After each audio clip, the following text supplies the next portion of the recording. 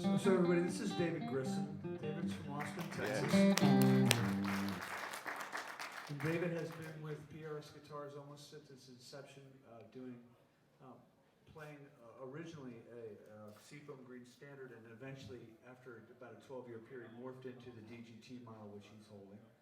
He's also been working with us nonstop on our amplifier designs, to the point that you and Doug Sewell went to dinner last night and probably talked amps all night, right? Yes. So, my hope is that maybe you could just give them an example, without going through the 4-channel thing, just give them examples of what this HXDA does for you from clean to dirty. And look, the whole idea here is, if you hear something that you really like tone-wise, and it's coming out of one of our amps, maybe someday either you or one of your friends are going to buy the amp, right? Mm-hmm. This is a symbiotic relationship. If we don't sell amplifiers, we don't come to trade shows, we're going to sell guitars. But David has been deeply, deeply involved in the feedback loop and the design of a lot of these amps. And at this point, you're using HXDAs in 25th anniversaries, but that may change at some point. Yes. I'm actually happy to use any one of these amps, and I've got several different ones. Doug and I are working on a couple of custom design amps that we'll be pretty much finished with, but so in the meantime, among the stock amps I'm using are the HXDA, the 25th anniversary, the Super Dallas, and I want to get one of these Paul's MDT things back here, but they're all extremely musical, and I can make them work for anything that I've got going. All right, so can you just like get a clean tone out of this thing? Sure. We're not going to touch the knobs on the amp. All we're going to do is work from his guitar and his pedal board, right? Which would be, without channel switching, that would be a good thing to do, right? So when you're trying to get a clean tone in your recording, David, what would you get? By the way, this is the same rig you use when you record, right? Yeah.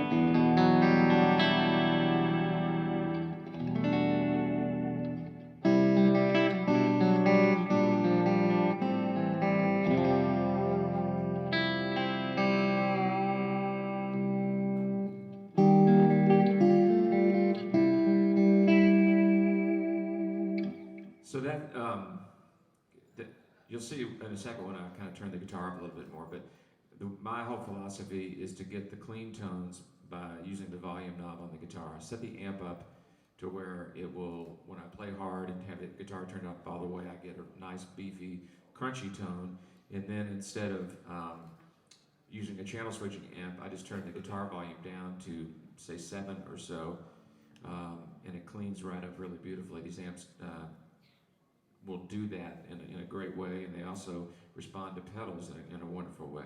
And with this guitar too, I have the option of going to single coil, which we worked for about a year on these pickups, and it yields. We've found that the single coil tones in this are infinitely more usable than they have been in the past for me. So, like on the neck pickup.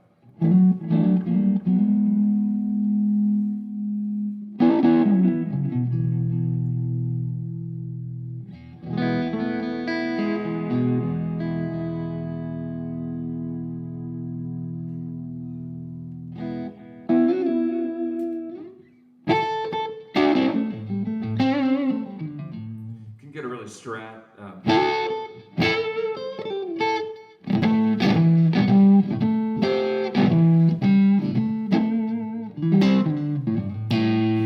So I'm turned up a little more than I normally would for a straight clean tone, but I could lighten up my touch and get the same kind of deal.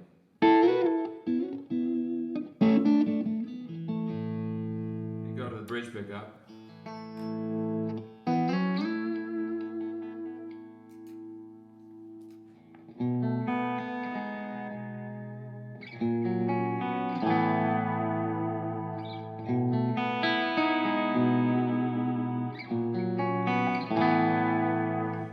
That with the cleaner tones, I use a little different delay settings that sort of bring out the shimmeriness of it.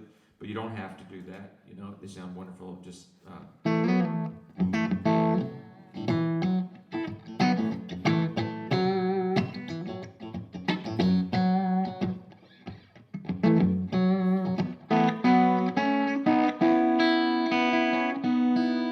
it's my experience has been that instead of going for a real hard clean amp like a twin reverb, I prefer to use an amp that has some harmonic content and some nice breakup, and then just back the guitar off a little bit. And it seems to record a lot better. You get more of the Hendrixy clean tone as opposed to, you know, the feel of just that hardness, which I never could really identify with and make work for me, where it almost hurts when you play harder. So that's kind of my approach to clean tones, and I find that all these amps I can sort of achieve that with them, but particularly with the HXDA, it's sort of a more versatile 25th anniversary amp, and it's very, very similar to my 50-watt Plexi Marshall. It's just a little more versatile, and I find it easier to record with. So I can proceed from there. Keep turning knobs. So if I turn the volume all the way up and go to humbucking mode, I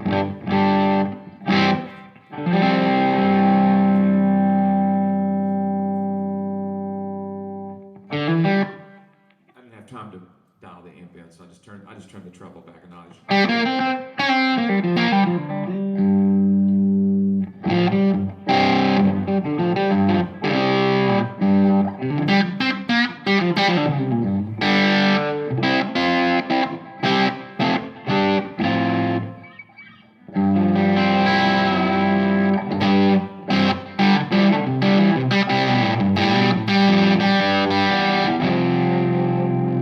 So that's the same, and I can go back to the same deal before.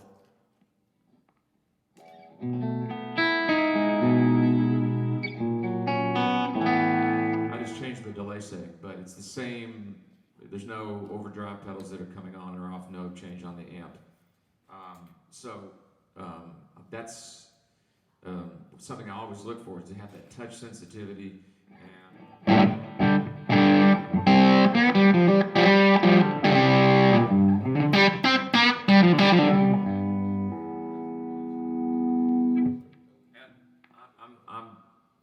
If I turn the master volume all the way up, which is the way I always run the amp, it even gets more touch sensitive.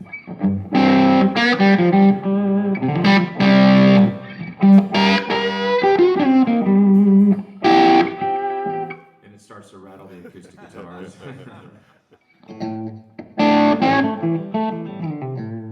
But even for in humbucking mode, for like when I'm soloing a lot of times, and I'm trying to, if I'm going to play a long solo, I know I'll try to use a lot of dynamics and maybe start at a lower volume.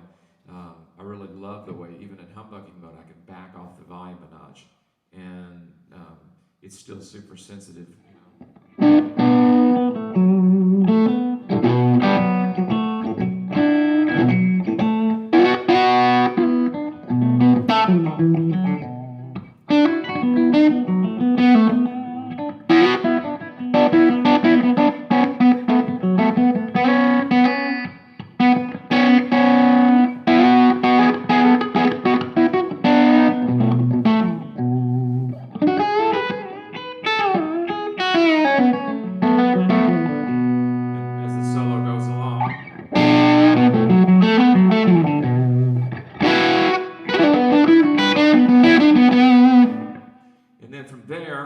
Clean boost pedal to get even more overdrive.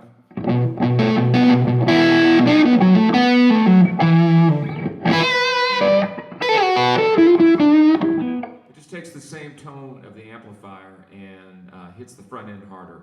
And that's sort of the key for me, is to have a great sounding amplifier. Start with that foundation, which sort of a ground zero thing where the amp is set up to do what I showed you in the previous two things. And then the clean boost takes that same tone, fattens it up a notch. Then the cool thing about, another cool thing, I'll leave that clean boost on, and I'll go to single coil with this setting.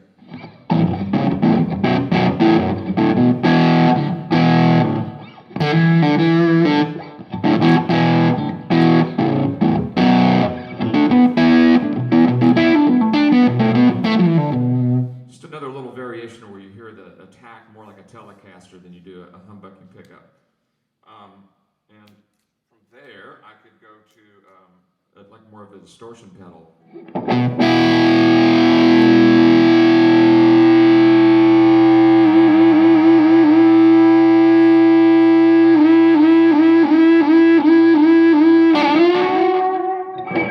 So, you know, I've got essentially 4 amps in one right there. A really beautiful clean tone, a great crunchy rhythm sound that I can also use both for soloing. And then when I hit the clean boost, it's kind of channel 3. If I go to the distortion, it's sort of my high gain. And then with this particular pedal, or if I had 2 pedals, a clean boost and a distortion, I could turn both of them on, and then it just goes to sort of like Steve Vai territory.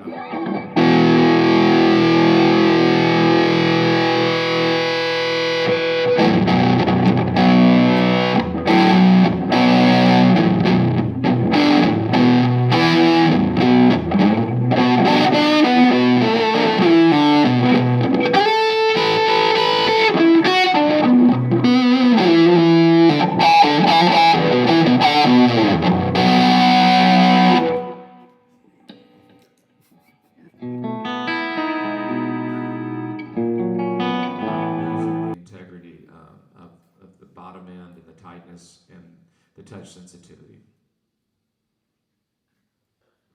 I've known you a long time. I still just giggle how good that sounds.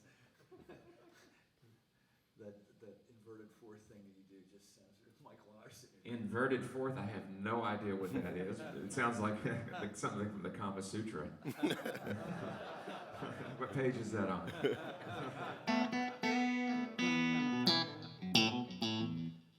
You know, and I can do, you know, single coil. If I don't, I mean, again, if I'm going to a session and I do a lot of stuff that, you know, they want me to play every now and then, you know, in Texas, a lot of the sessions I do, there's a whole scene down there, sort of a Texas country thing, which is really more of a grittier version of what goes on in Nashville. So, you know, most of the times I'll need a tele, but sometimes if it's like, you know, one song, or I've got to go to another session afterwards and I don't want to bring tons of guitars, I can bring this guitar and an amp like this and just go to single coil and you know, on the bridge pickup.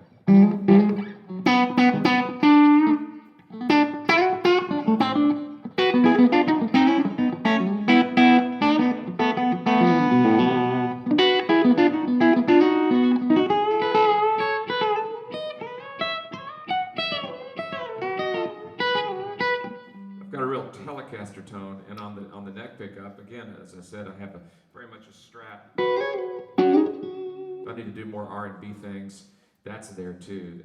So again, the combination of this guitar and an amplifier like this, I can just do everything almost with, you know, I don't get the Strat in between sound, but that's so overused, I kind of try to avoid that personally. And even with both pickups on, if I want, I can get very much a kind of a chimey Gretsch.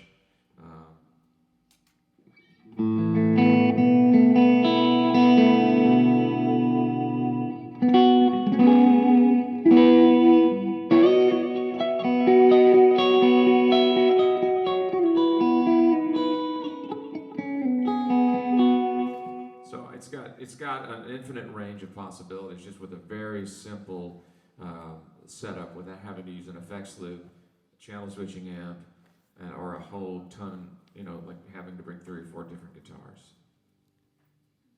And that's what I wanted, David. By the way, everybody, this is David Grissom, and thank you very much for coming, David.